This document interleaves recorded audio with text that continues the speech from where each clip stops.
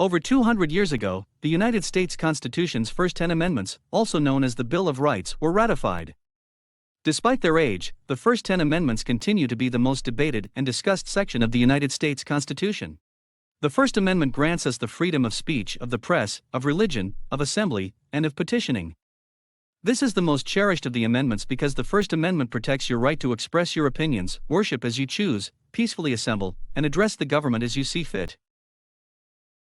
Like, comment, subscribe.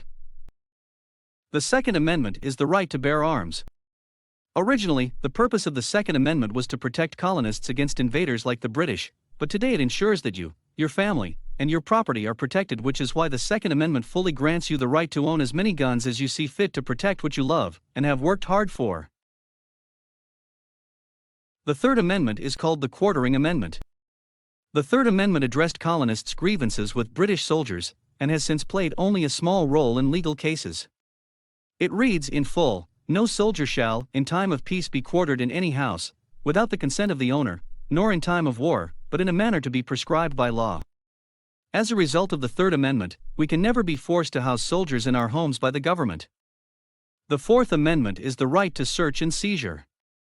The Fourth Amendment of the U.S. Constitution gives you the right to be secure in your home, car, papers, and effects, against unreasonable searches and seizures, shall not be violated, and no warrants shall issue, but upon probable cause, supported by oath or affirmation. Basically, it's stating that the police can't come into our home without a search warrant and take your personal property.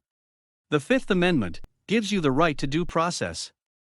The Fifth Amendment requires that felonies be tried only upon indictment by a grand jury. Another provision, the Double Jeopardy Clause, provides the right of defendants to be tried only once in federal court for the same offense. The Self-Incrimination Clause provides various protections against self-incrimination, including the right of an individual to not serve as a witness in a criminal case in which they are the defendant.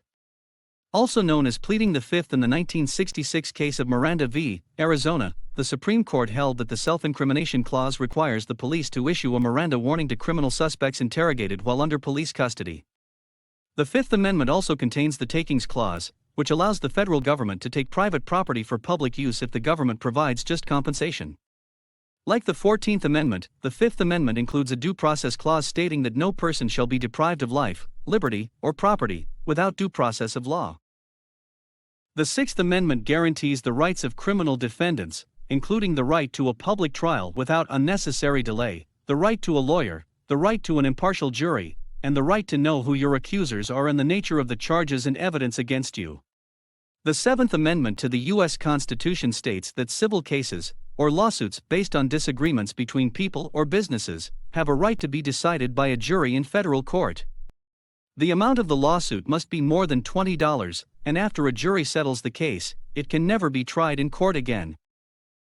The Eighth Amendment of the United States Constitution prohibits the federal government from imposing excessive bail, excessive fines, or cruel and unusual punishments. The Ninth and Tenth Amendments are called the Non-Rights Amendments.